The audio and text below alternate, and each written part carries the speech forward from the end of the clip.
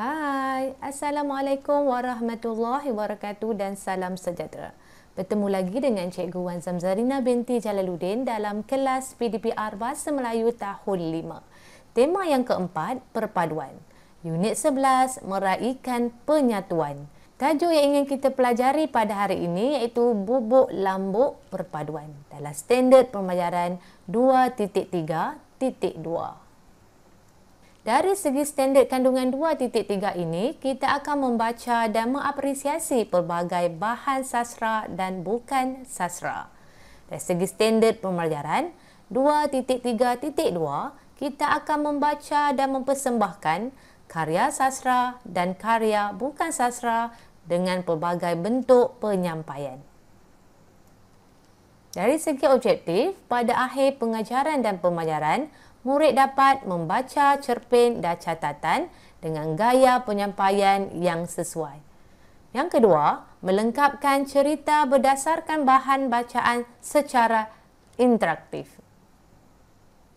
Dari segi kriteria kerjaan, murid dapat membaca cerpen dan catatan dengan gaya penyampaian yang sesuai secara rakaman audio.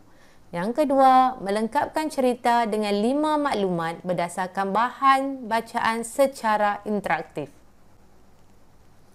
Mari kita belajar kemahiran membaca.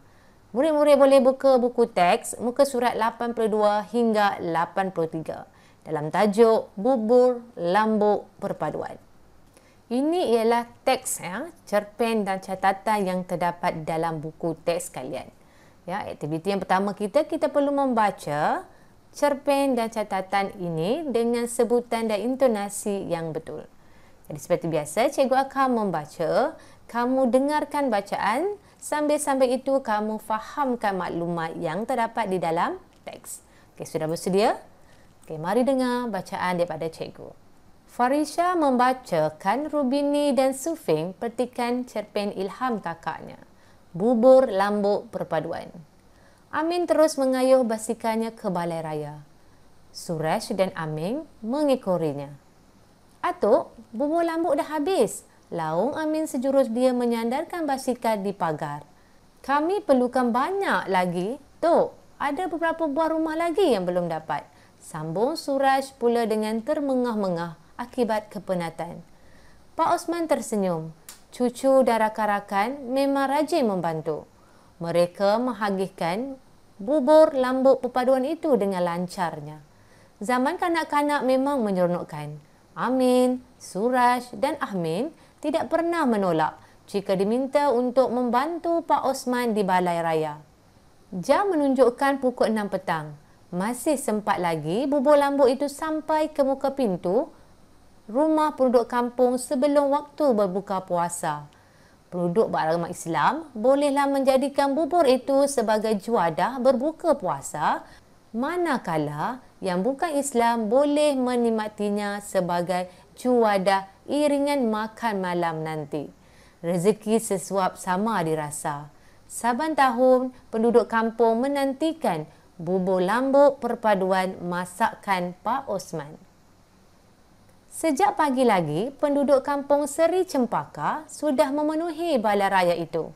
Mereka bergotong royong untuk menyediakan bahan masakan, memasak dan membungkus bubur lambuk. Yang lebih membanggakan apabila penduduk kampung tidak kira agama, bangsa dan kaum tidak putus-putus memberikan sumbangan ikhlas dalam bentuk barangan atau wang. Sepakat membawa berkat. Mungkin inilah sebabnya bubur lambuk perpaduan enak dan sedap. Terima kasih saya ucapkan kepada semua. Kita bersurai dahulu. Jangan lupa ambil bungkusan bubur lambuk masing-masing, ucap Pak Osman selepas siap berkemas.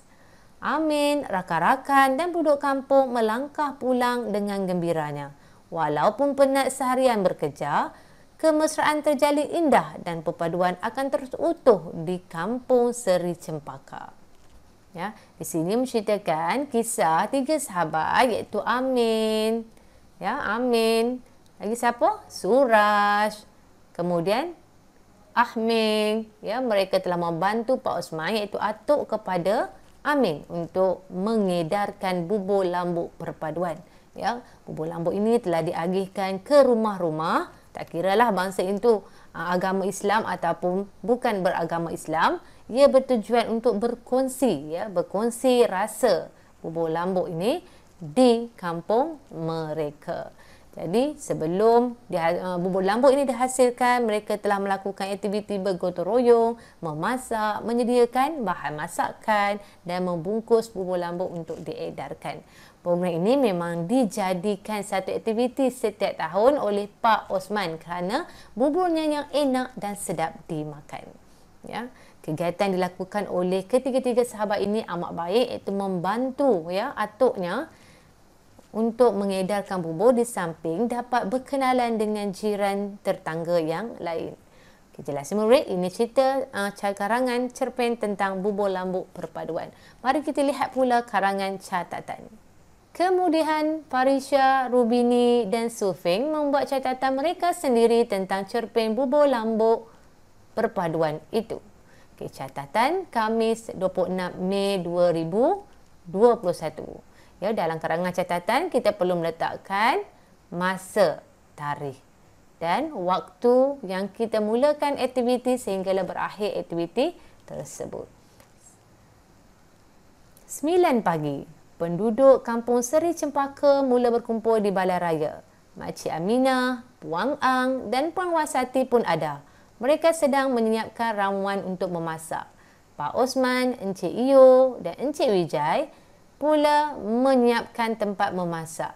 Mereka bertoleransi semasa membuat pekerjaan. 10 pagi. Peserta gotong royong berehat. Mereka mengambil peluang itu untuk bertanya khabar dan bertukar-tukar fikiran tentang isu-isu semasa. Pak Osman masih tekun merancang aktiviti seterusnya. 2 petang. Beberapa orang penduduk lelaki memulakan kerja memasak. Pak Osman, ketua chef, memantau sambil mengusik mereka dengan asi jenaka. Penduduk tidak kering, gusi dengan celoteh beliau. Derayan gelak tawa mewarnai suasana di situ. Suasana mesra dan harmoni. 5 petang. Kerja membungkus dan memasukkan bubur lambuk ke dalam bekas bermula. Walaupun panas dengan bahang api, mereka tetap sabar dan tenang. 5.30 petang. Amin, Ahmin dan Suraj mengagihkan bubur lambuk kepada semua penduduk kampung. Rezeki sama dirasa akan mengeratkan perpaduan antara kaum. Okey, ini karangan catatan yang telah dilakukan oleh Farisha, Rubini dan Sufing. Ya. Jadi, setelah dibaca cerpen ilham kakaknya tentang bubur lambuk perpaduan tu, mereka telah mengambil isi-isi yang terdapat dalam cerpen tersebut dan diolah dalam bentuk karangan catatan. Ya, karangan catatan merupakan karangan berformat dan perlu kamu ikuti format tersebut.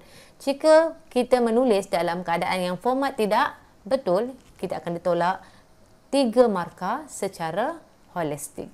Dalam karangan catatan ini, mereka bertiga telah menceritakan semula, ya, aktiviti-aktiviti yang dilakukan di dalam cerpen. Bermula pada 9 pagi, berlakunya aktiviti gotong royong di Balai Raya.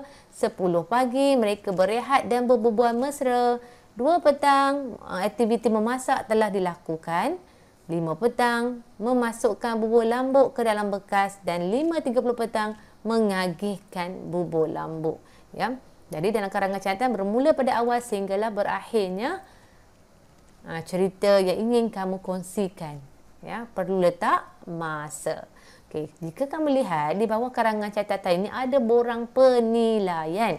Okey, aktiviti yang pertama yang perlu kamu lakukan di sini, kamu perlu membaca cerpen dan catatan ini dengan penyampaian yang sesuai secara audio. Kemudian minta ibu bapa kamu ataupun kakak, abang, ya, wakil dalam keluarga kamu untuk memberikan markah kepada kelancaran bacaan, bacaan dengan intonasi yang betul dan bacaan dengan sebutan jelas dan betul. Di bawah itu telah disertakan pemarkahannya. 1 perlu bimbingan, 2 sederhana dan 3 baik. Ya. Kemudian kamu boleh hantar aktiviti pertama ini kepada cikgu untuk pemantauan seterusnya. Okay, aktiviti yang kedua, secara permainan interaktif, ya, melengkapkan cerita dengan perkataan yang betul secara Woodworld Games. Ya. Ini berdasarkan cerita cerpen yang kita baca sebentar tadi. Jadi kamu perlu melengkapkan teks ini secara permainan games, ya. Kamu boleh klik link yang terdapat di bahagian penerangan video, kemudian kamu boleh bermain secara online. Ya, bagi murid-murid yang tidak mempunyai data internet, kamu boleh melakukan tugasan ini di dalam buku tulis kamu. Baiklah murid-murid, sampai di sini saja pembelajaran kita pada hari ini. Sebelum itu, mari cikgu kongsikan nilai murni yang terdapat dalam tajuk kita, iaitu menjalankan cara hidup bermasyarakat dalam kalangan masyarakat. Ya, kita ni hidup dalam kelompok masyarakat yang mungkin ada berbilang kaum di kawasannya. Jadi kita perlu mengamalkan kehidupan cara bermasyarakat. Maksudnya, kita mesti mengikuti ataupun menyertai apa jua program yang dilakukan di kawasan kampung. Di sini kita dapat berkenalan dan mengeratkan hubungan di antara satu sama lain. Tapi sekarang memandangkan kita masih dalam pandemik, tidak ada program berkumpul yang dianjurkan oleh mana-mana ya penduduk kampung. Jadi kita bersama doakan semoga pandemik ini terus lenyap di muka bumi dan kita dapat melakukan aktiviti-aktiviti yang boleh mengeratkan ukhuwah kita. Okay, murid-murid, kita akan jumpa lagi di video yang seterusnya. Ingat, anda belajar, anda hebat. Sekian, terima kasih. Assalamualaikum.